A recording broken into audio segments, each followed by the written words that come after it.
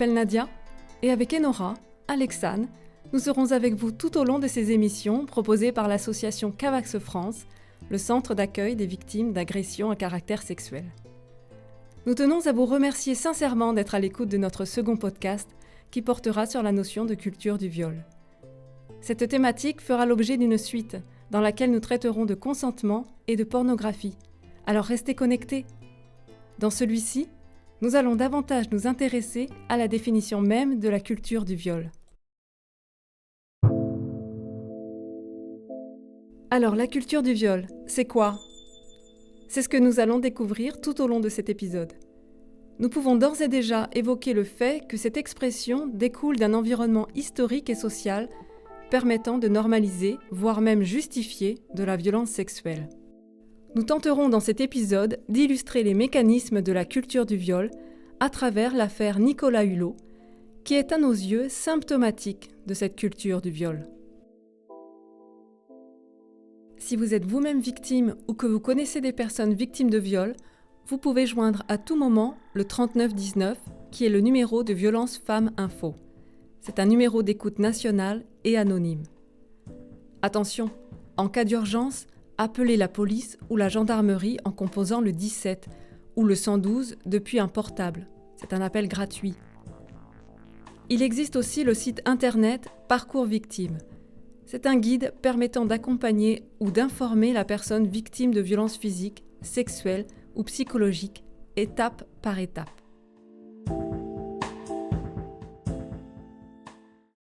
Ce soir, dans Envoyé spécial, notre enquête et nos révélations sur Nicolas Hulot. 5 femmes racontent leur histoire ou témoignent.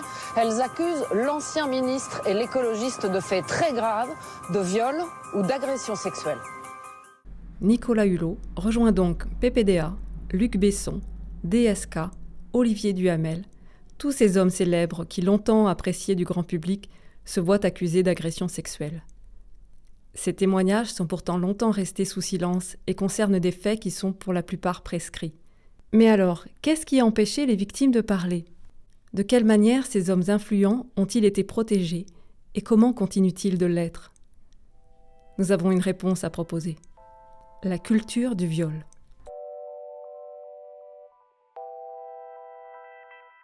Tout d'abord, pour éviter toute confusion, il nous semble pertinent de revenir sur la définition juridique du viol. Pour cela, nous avons fait appel à Maître Neff, avocate au barreau de Toulouse. Mais je vais donc vous lire l'article du Code pénal, puisque c'est l'article 222, 23 et suivant qui définit ce qu'est un viol et qui a été modifié très récemment par la loi d'avril 2021. Donc, tout acte de pénétration sexuelle, de quelque nature qu'il soit, ou tout acte bucco-génital commis sur la personne d'autrui ou sur la personne de l'auteur, par violence, contrainte, menace ou surprise, est un viol puni de 15 ans de réclusion criminelle. Tout autre acte qui ne rentrerait pas de nature sexuelle, qui ne rentrerait pas dans ces considérations, serait considéré comme une agression sexuelle et serait correctionnalisé, le viol étant une infraction criminelle. Alors il y a 2 apports majeurs qui ont été faits par la loi d'avril 2021.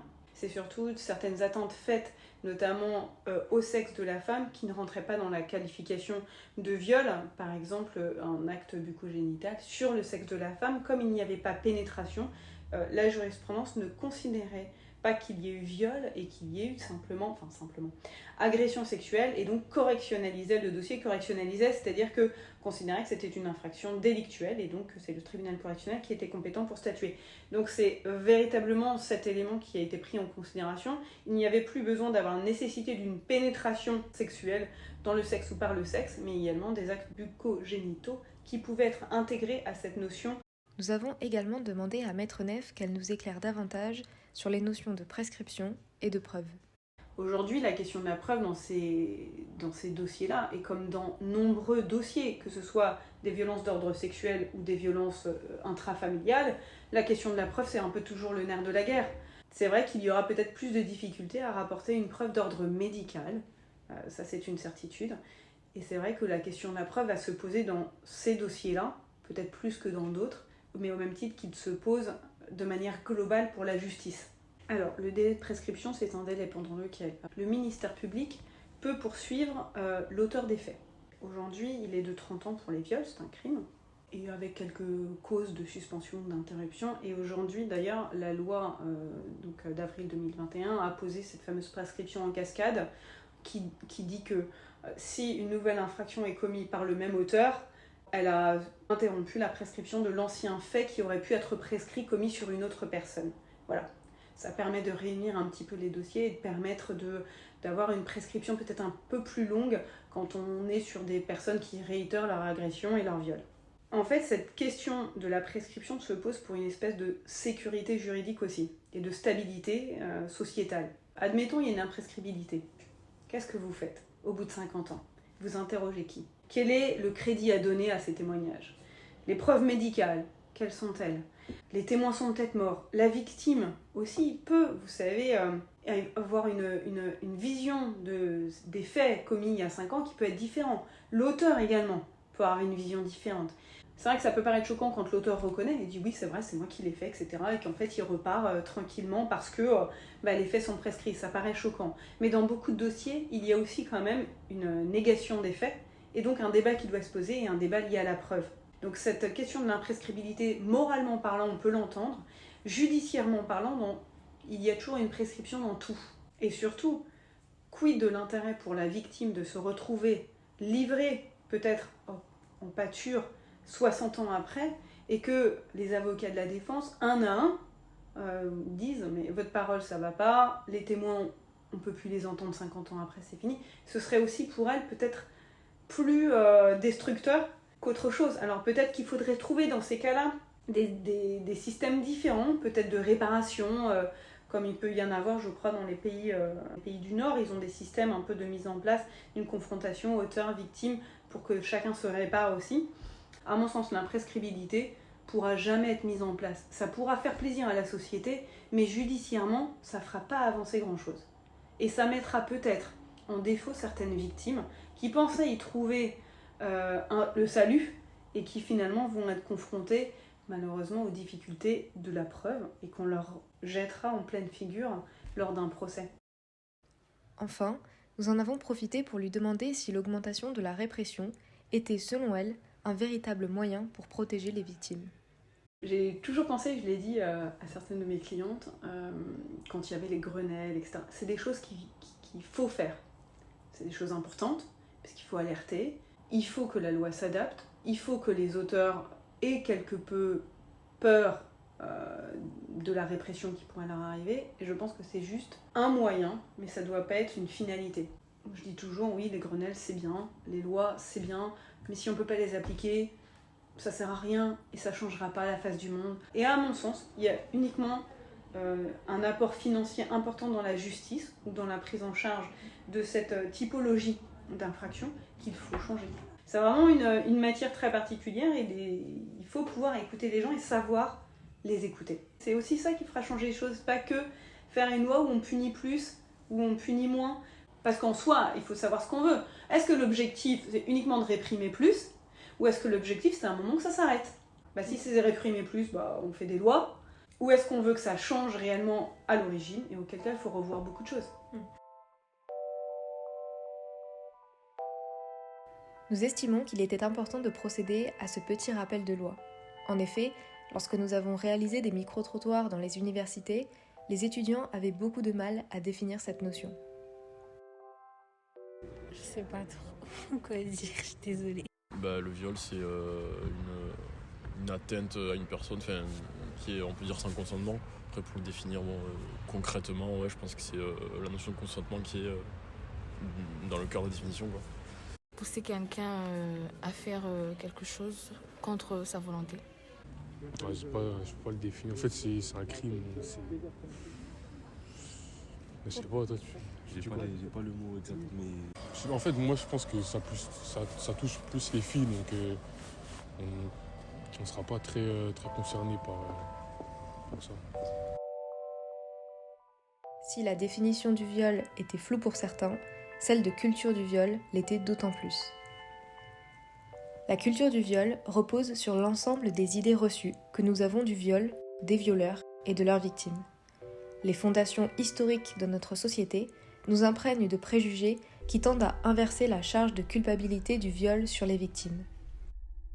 En effet, Quand on parle de viol, ce qui revient généralement en premier, ce sont des questionnements sur les vêtements portés par la victime, sur l'authenticité de ses accusations, ou bien sur son comportement vis-à-vis de l'agresseur.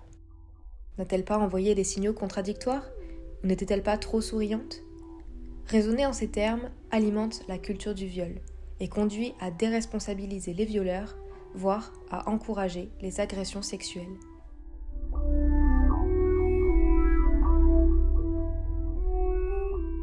Avant tout, nous aimerions en finir avec l'idée selon laquelle il existerait un profil type d'agresseur. L'image que nous avons des agresseurs sexuels est imprégnée de préjugés. Nous avons tendance à imaginer des personnes issues des classes populaires, étrangères, laides et peu instruites. C'est pour cette raison que les accusations pesant sur Nicolas Hulot sont difficiles à croire pour certains. De par sa notoriété, l'image que l'on a de lui s'écarte du profil imaginaire d'un violeur. C'est un coupable improbable. Et par conséquent, il serait impensable de le mettre en cause. De plus, son appartenance ethnique le protège. En effet, il nous paraît impossible de ne pas souligner la différence de traitement entre hommes blancs et hommes racisés. Cette idée, selon laquelle les viols seraient commis par des étrangers, est assurément fausse. Elle est au centre des idées promues par les mouvements identitaires. Ils sont voleurs, ils sont assassins, ils sont violeurs, c'est tout ce qu'ils sont. Il faut les renvoyer. Ces propos sont tenus par Éric Zemmour, candidat à l'élection présidentielle 2022 et fondateur du parti Reconquête, qui fait un lien direct entre viol et migrants. On comprend bien que le but n'est pas de protéger les femmes, mais d'instrumentaliser les violences sexuelles pour justifier des visées racistes. Cet amalgame est également repris dans un reportage très médiatisé sur le groupe Némésis, un collectif pseudo-féministe. Cette affiche, elle représente en fait deux personnes issues de l'immigration, des violeurs qui donc courent après une jeune femme de type européen. Ces propos sont dangereux et l'extrême droite ne peut d'ailleurs les justifier puisque les statistiques ethniques sont interdites en France par la loi Informatique et Liberté du 6 janvier 1978. L'idée du viol racialisé protège les hommes blancs dont on considère qu'ils seraient par nature moins susceptibles de violer.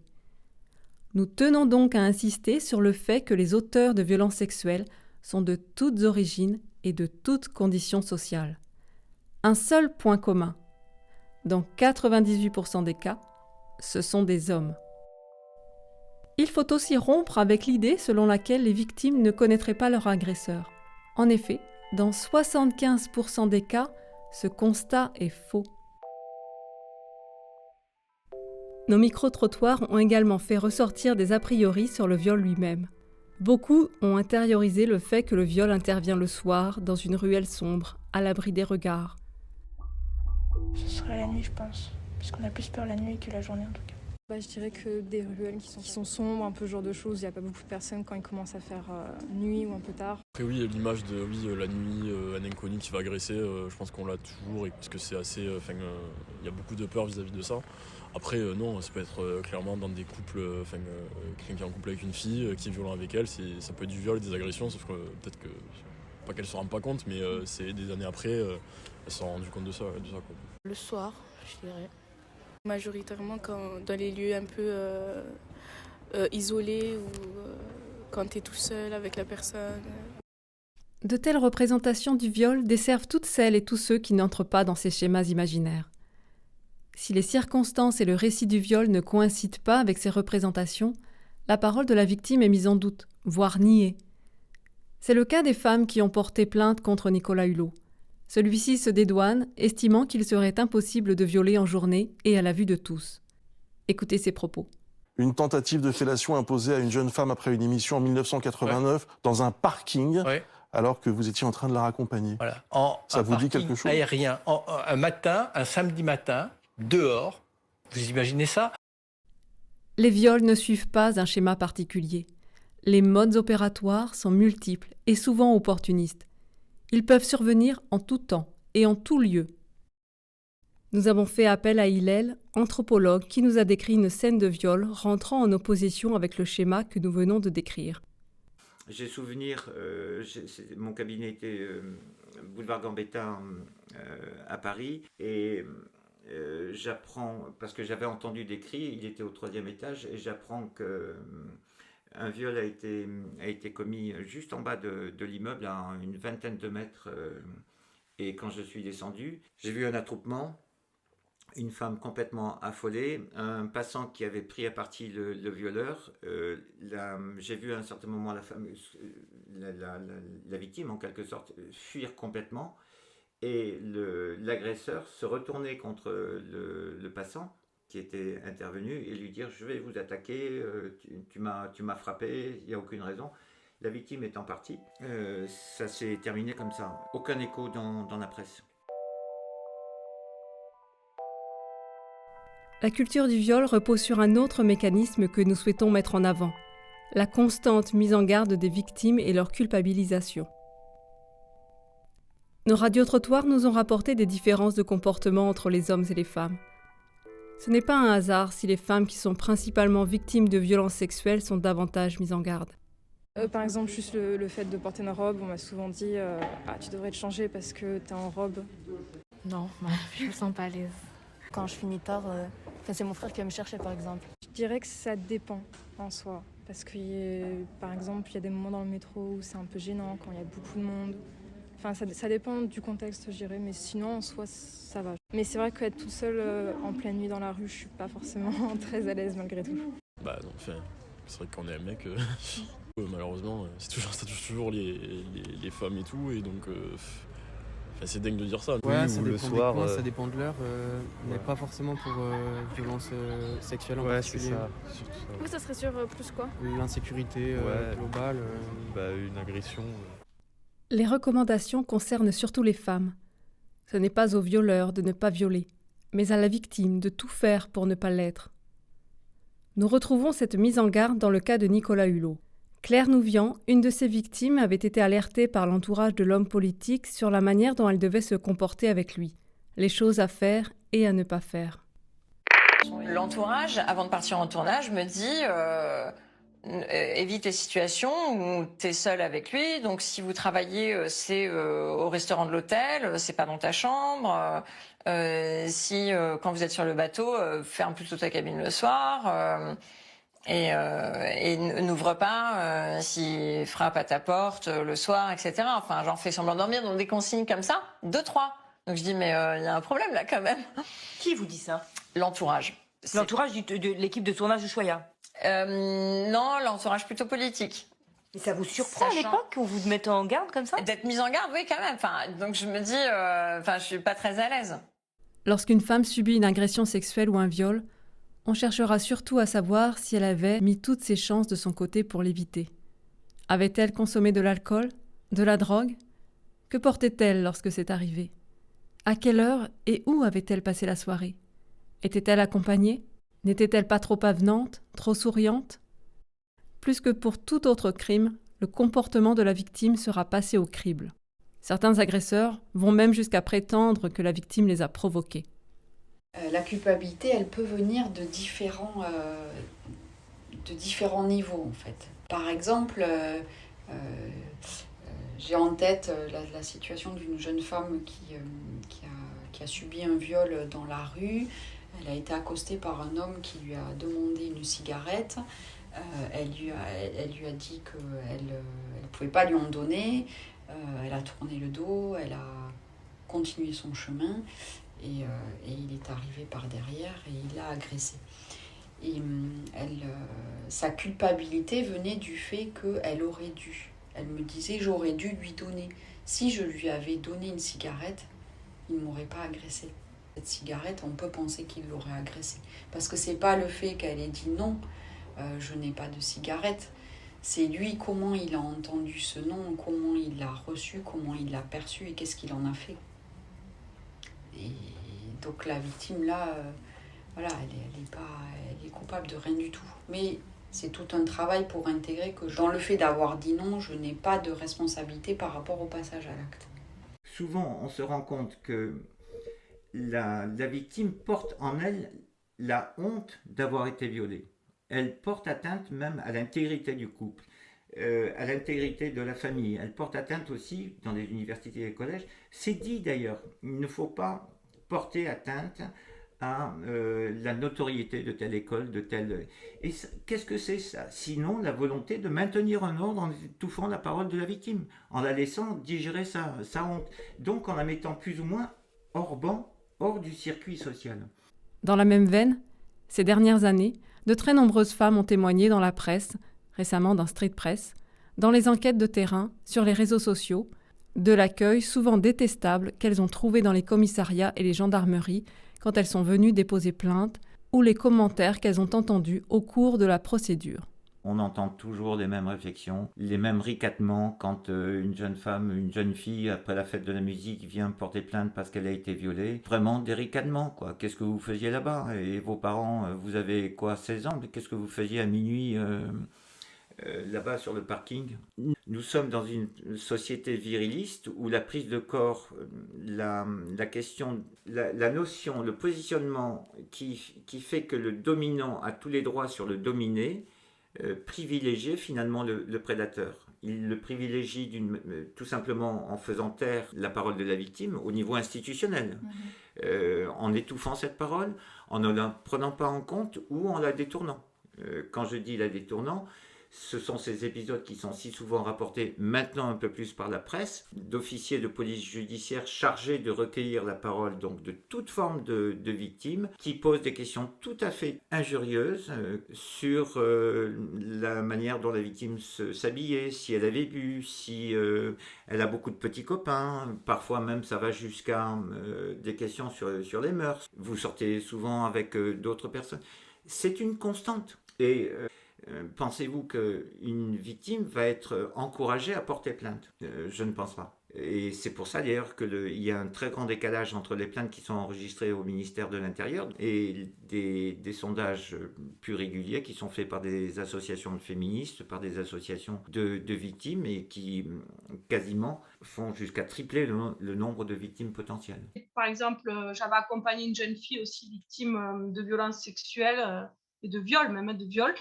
Et j'ai été entendue par la police et le policier m'a demandé si moi je trouvais que la fille était jolie. Donc je me dis c'est affreux, en fait c'est affreux quand on est victime. Alors moi déjà j'étais hyper choquée par cette question, donc j'ai dit mais cette question elle est déplacée monsieur, vous n'avez pas le droit de poser cette question. Qu'est-ce que ça veut dire en plus, qu'est-ce que vous essayez de sous-entendre quoi, si elle est jolie, et alors si elle est jolie qu'est-ce qui se passe quoi? Comme nous avons pu le voir, il y a un profil type d'agresseur, mais il existe aussi un profil type de victime. On considère que les femmes victimes sont souvent celles qui répondent à des critères de beauté mis en avant par la société. Les hommes victimes, quelle que soit leur orientation sexuelle, sont quant à eux soumis à un diktat d'une société viriliste qui les qualifie de faibles et de soumis. Ce sentiment de culpabilité est d'autant plus important puisque l'on considère qu'un homme est en mesure de se défendre face à une agression sexuelle. Le viol agit donc partout et pour n'importe qui.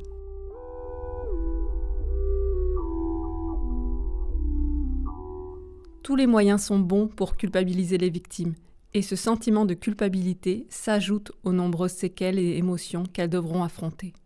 Le viol, c'est un crime sans cadavre.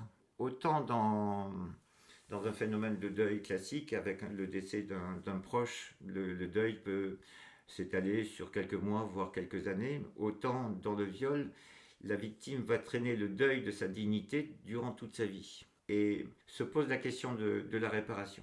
Comme c'est souvent quelque chose qui est tu, le viol est tu, il y aura d'autant plus de difficultés pour la rescapée, la personne rescapée, je mets au neutre, hein. Je dis la personne, je ne dis pas uniquement la femme, l'homme, la personne rescapée, plus cette personne aura de réserve à évoquer le viol, plus il lui sera difficile d'échapper aux séquelles du viol. C'est une atteinte à la dignité, c'est une atteinte à la personne. Les séquelles d'une agression sexuelle. Une agression sexuelle, je vais inclure le viol aussi, peut générer chez la victime un traumatisme. Et par rapport à ce traumatisme, vous allez avoir tout un tas de symptômes qui peuvent se développer. Le premier, ça va être l'hypervigilance et l'insécurité psychique. Ça va être le premier. Et cette sensation que l'événement est tout le temps en train de se répéter.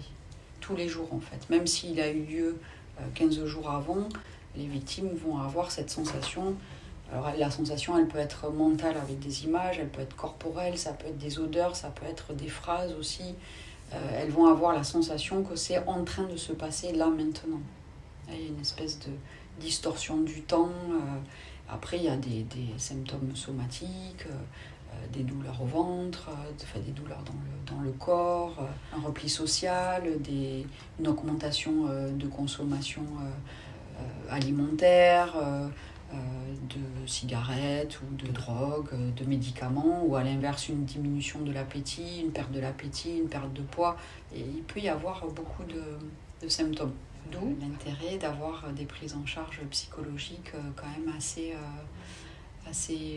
rapides.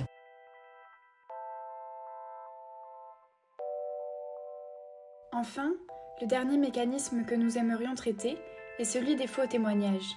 En effet, la culture du viol, c'est aussi considérer que les faux témoignages sont fréquents, alors qu'ils représentent en réalité qu'une part minime, 2 à 10% des accusations. À noter que ce chiffre peut être gonflé injustement, car certaines plaintes par manque de preuves sont classées en non-lieu, alors qu'elles ne sont pas pour autant fausses. Bien que présent dans toute infraction, le risque de faux témoignages est davantage mis en avant dans les cas de violences sexuelles, un domaine où les victimes sont majoritairement des femmes et les coupables majoritairement des hommes. L'argument sur les fausses accusations a un impact direct sur les victimes qui redoutent de ne pas être crues. Elles mettent alors des années à livrer leurs témoignages, voire ne le font jamais. Cécile et Sylvia, 2 victimes de Nicolas Hulot, l'expriment clairement. Est-ce que vous avez envisagé de porter plainte ? Porter plainte. Contre un ami du président Chirac ? Non. Non, je ne l'ai pas envisagé. Enfin, la question, en fait, en réalité, c'est même pas posée. C'est un ami de Jacques Chirac. Tout arrive, toutes les demandes arrivent de l'Élysée. Non, ça n'est pas bien l'idée. Bien sûr que non. C'était inconcevable pour moi d'aller confier ça à qui que ce soit. Puis qui allait me croire, quoi. Une gamine de 16 ans, Nicolas Hulot, qui allait me croire. Et puis là, je m'attaque pas à n'importe qui, quand même. Donc j'avais bien compris. Donc c'est ce poids-là aussi qui m'a fait me taire pendant 30 ans.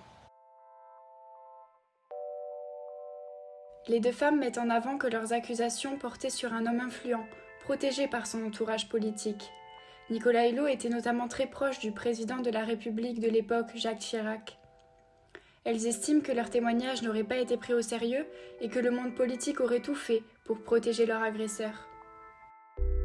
C'est d'ailleurs ce qui est arrivé lorsque des premières accusations ont été révélées par le magazine Hebdo en 2018. Marlène Schiappa, alors secrétaire d'État chargée de l'égalité homme-femme, a défendu aveuglément l'homme politique, à l'époque ministre de la Transition écologique, le décrivant comme un homme charmant. Ce soutien montre à quel point la préservation du monde politique passe avant la protection des femmes.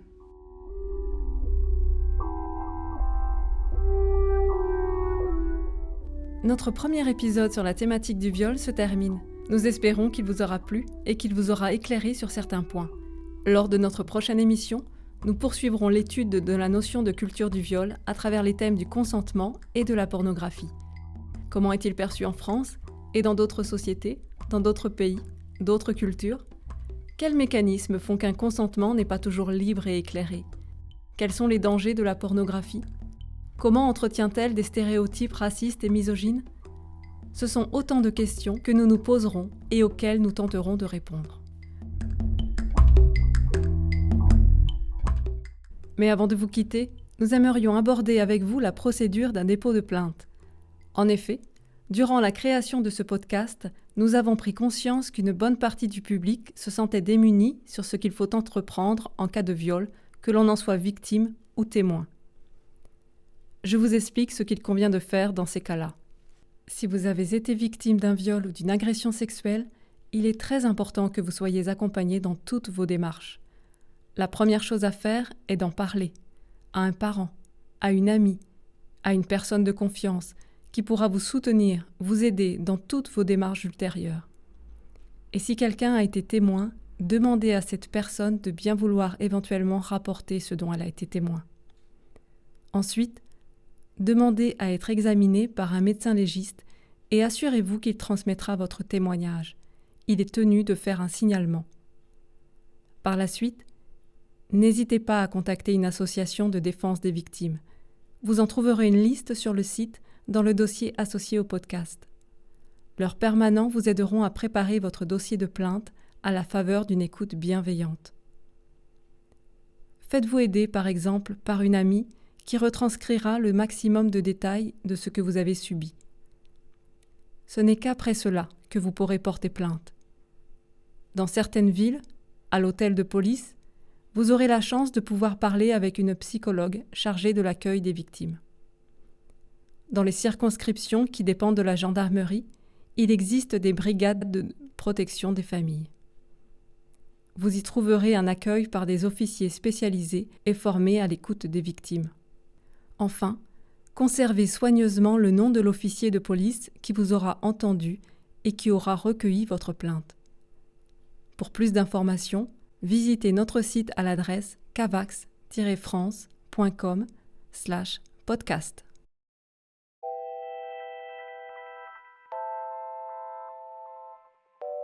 En attendant, n'hésitez pas à nous dire ce que vous avez pensé de ce 2e épisode.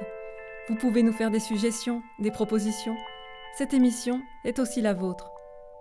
Sur notre site internet cavax-france.com, vous trouverez davantage d'informations sur le thème de la culture du viol. Nous sommes également présents sur les réseaux sociaux, Instagram, LinkedIn, Facebook, Twitter, à cavax-france. Ce podcast vous a été présenté par Enora, Alexane et Nadia.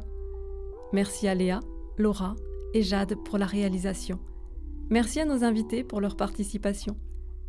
Merci aux étudiants, ainsi qu'à Valérie, Laure et Hillel, les assistantes sociales et psychologues qui ont accepté de répondre à nos questions. Voilà, c'est fini pour cette seconde émission. Nous vous retrouverons le mois prochain. Restez avec nous. À bientôt.